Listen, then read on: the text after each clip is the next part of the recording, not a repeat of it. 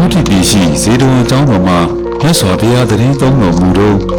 တကယ်တူရဲ့သားဟာခုနှစ်အရွယ်လေးနဲ့ခြေရာခံတတ်တဲ့အတက်ကိုအံ့ဩစရာကောင်းလောက်တက်နေတယ်။သူ့ရဲ့အဖေတကယ်ကြီးမိစီရဲ့အလေသွားနေတဲ့အခါအဲ့ဒီသူငယ်ဟာသူ့ဖေပဲသွားလေလို့ဘယ်သူကမှမင်းမင်းစရာမလိုပဲသူ့ဘာသာခြေရာခံပြီးကြေသွားတာစီ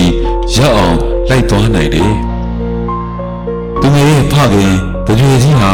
သူ့သားရဲ့အကြောင်းကိုအံ့ဩစွာနဲ့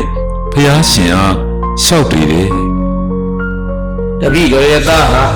ခုနှစ်အရွယ်လေးနဲ့ခြေရာခံတတ်တဲ့ဖျားအံ့ရောတကားမအောနဲ့လေတကားရဲ့သားကဲ့သို့ပင်ငယ်ငယ်ရွယ်နဲ့ခြေရာကောက်အတတ်တက်တူသူငယ်တူရှေ့ဘဝပေါင်းများစွာကလေးကရှိဘူးပေတယ်ချင်းခါကတောင်ကြီးတစ်ခုကဂူကြီးတစ်လုံးထဲမှာ